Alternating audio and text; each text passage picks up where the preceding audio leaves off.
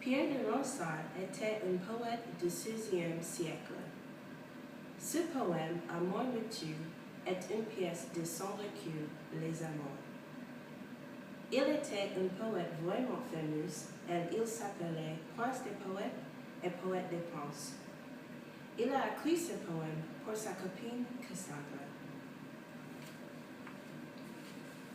Maintenant, nous discuterons comment Ronsard explore l'idée de l'amour non partagé dans ce poème. Au début, je parlerai des choix des mots et l'ordre du rime. Emily parlera des temps du verbe et des articles.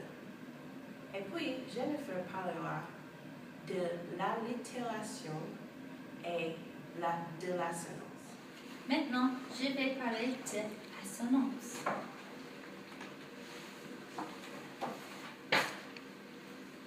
Écoutez bien de ce verse. Le mot par qui doucement je soupire. Le son U est vraiment important et c'est l'exemple de assonance dans cette phrase.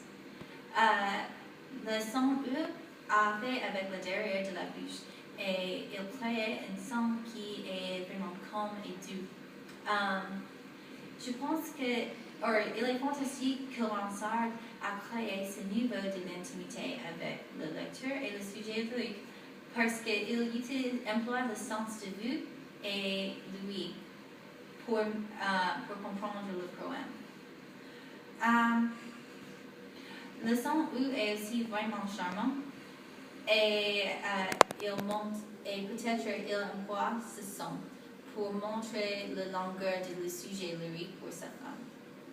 Et peut-être le sujet lyrique espère qu'elle va aimer le son et le son de ces mots. Et maintenant, pour la littération.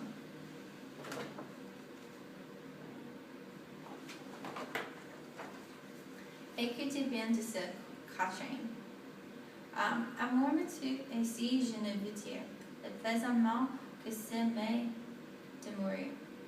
Tant j'ai grand peur qu'on veuille secourir, le mal par qui doucement je soupire. Comme l'assonance, le son S crée une image dans la tête de la lecture. Le son S est plus sévère que le son U, par exemple. Mais pourquoi il fait ça? Et parce que vous faites le son S avec les dents. Et comme l'assonance, il utilise la vue et l'ouïe pour créer un niveau d'intimité avec le lecteur. Ce son S me rappelle quand on inspire avec les dents haut et les dents bas ensemble, comme ça. On fait ce son quand on est blessé ou frustré. Donc peut-être Ronsard emploie le son S pour exprimer la frustration du sujet lyrique avec son amour non partagé. Je vais parler des temps du verbe et les articles dans ce poème. Dans ce poème, Ronsard emploie 3 temps du verbe. Il emploie le présent, le futur et le présent progressif. Il en fait ça avec un objectif. Le temps du verbe change l'interprétation du poème et le donne un sens de non partagé. Au début, je commence avec le présent. Le présent a 3 règles pour l'usage. Il décrit une action qui passe dans le moment présent. Il décrit les actions qui sont pertinentes au lecteur qui parle. La troisième raison est pour décrire que les actions sont factuelles ou habituelles. C'est évident dans le premier 4 ans. Amour mutu, est-ce que je ne veux dire le plaisant mal que ce m'est de mourir. Tant j'ai grand peur quand on veille secourir le mal par qui doucement je soupire. À ce moment, à cause du sens du présent, est évident que les émotions sont pertinentes au sujet lyrique. C'est clair que la souffrance est la cause des émotions pour le sujet lyrique. Le présent donne une impression d'actualité à la souffrance. Plus il rend les émotions plus vives et aiguës. Pour la deuxième observation, Ronsard a employé le futur simple et le présent progressif. Il a employé les deux temps ensemble. Le futur simple est employé pour deux raisons. Un, pour décrire une action qui va passer dans l'avenir. Deux, pour exprimer un sens de l'avenir qui n'existe pas. Par exemple, il pourrait exprimer une prémonition, un désir, un espoir du sujet lyrique. Le présent progressif est employé quand il décrit une action. Et cette action se passe en même temps que les autres actions dont on parle.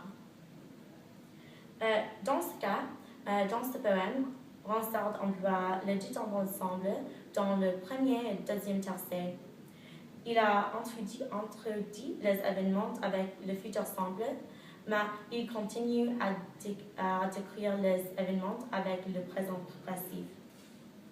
Tais-toi, langueur, je sens venir le jour, que ma maîtresse, après ses longs séjours, voyant le sang qui range mes pensées, toute une nuit folâtrement m'ayant, entre ses bras, prodigue irrapéant, les intérêts de ma bonne avancée.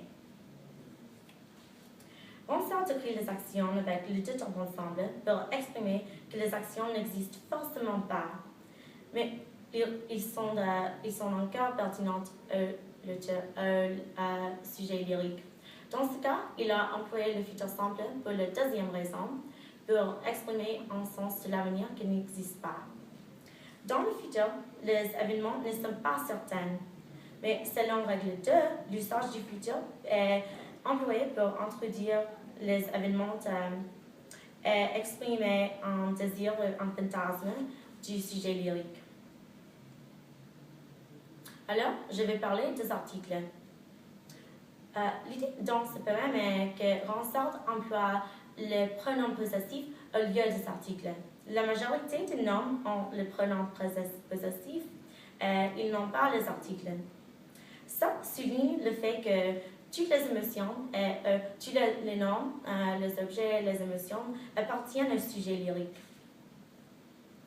Un bon exemple de cet effet est évident dans le deuxième quatrain. Il est bien vrai que ma langueur désire qu'avec le temps je me puisse guérir, mais je ne veux me donner que rire pour ma santé dont me plaît mon martyr. Parce que Ronsard emploie les pronoms possessifs au lieu de l'article, il renforce ce que le lecteur sait encore, que toutes les émotions et tous les objets appartiennent au sujet lyrique. Le fait est, ça donne au poème un sens personnel. Il a établi une connexion avec le lecteur parce que le sujet lyrique partage beaucoup de choses personnelles, ses émotions avec le lecteur. Et ça a créé un effet sur le lecteur. Le lecteur peut compartir ce que le sujet lyrique sent dans le poème, et ça c'est le fait que Ronsard voulait. D'abord, je parlerai du choix de mots dans ce poème. Le sujet lyrique dit d'un plaisant mal. Ces mots ensemble sont étranges parce que séparément, ils décrivent les sentiments complètement opposés. Amour me tue, et si je ne veux dire le plaisant mal que ce m'est de mots. C'est intéressant ce qu'il utilise ces mots ensemble et pour décrire l'amour comme quelque chose qui le blesse. Parce que l'amour est un des sentiments les plus prisés dans le monde. Cet sentiment est bizarre, ce qui semble que le sujet lyrique veut la douleur causée par l'amour.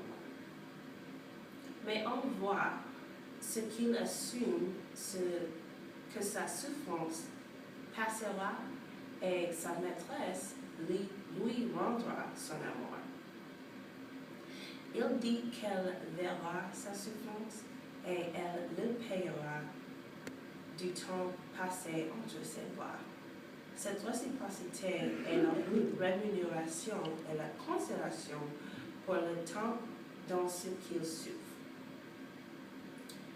L'idée de la réciprocité est renforcée par l'utilisation du mot intellect dans le verbe final. Entre ce voix prodigue ira payant les intellects de ma peine avancée. Ce mot usuellement fait une référence à l'argent. C'est quelque chose qu'on paye à un autre ou à la banque quand vous empruntez de l'argent. Mais le sujet lyrique veut quelque chose qui a la même valeur que sa souffrance, le corps de la femme. Et maintenant, je parlerai de la versification dans Amour mutuel.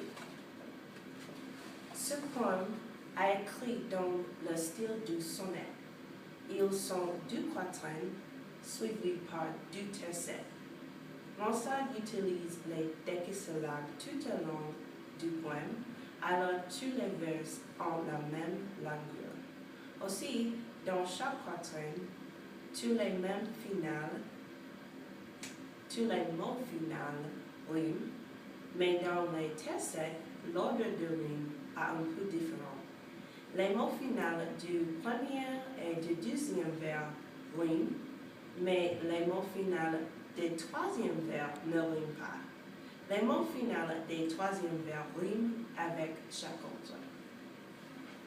Tais-toi, langueur, je sens venir le jour, que ma maîtresse a pris si long séjour, voyant le soin qui ronge ma pensée.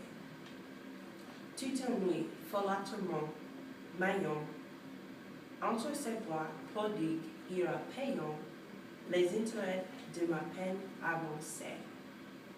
Cette façon de rime s'appelle une rime tripartite. Ronsard utilise ce mode dans les autres poèmes, ce qu'il écrivait comme ses liens d'or. On peut interpréter ça comme utile pour connecter les idées des vers dans les tercets. On peut lire les tercets comme une longue strophe qui est une réponse ou une résolution du problème. Il souffre d'un amour non réciproque, ce qu'il décrit dans les quatrains, mais il est d'accord parce que sa maîtresse apaisera la douleur, ce qu'il décrit dans les tercets. Dans ce poème, Ronsard illustre les différentes facettes d'idées d'un amour non partagé. Il utilise l'allitération et l'assonance pour créer un ton qui est fatigué et frustré avec son amour. Il emploie le temps du futur pour exprimer le désir et le fantasme avec le sujet lyrique, ou du sujet lyrique. Il utilise le pronom personnel pour faire une connexion avec le lecteur et le sujet lyrique. Finalement, il utilise le choix de mots et l'ordre de rime qui exprime son attente de réciprocité. Et il nous montre qu'ils sont institués au son corps pour le temps dépensé en douleur. Le résultat de tous les aspects de sa pièce de littérature est une idée qui exprime l'amour. Et pour les sujets lyriques, l'amour est un acte qui exige la réciprocité. Et les relations sexuelles sont la rémunération pour sa souffrance.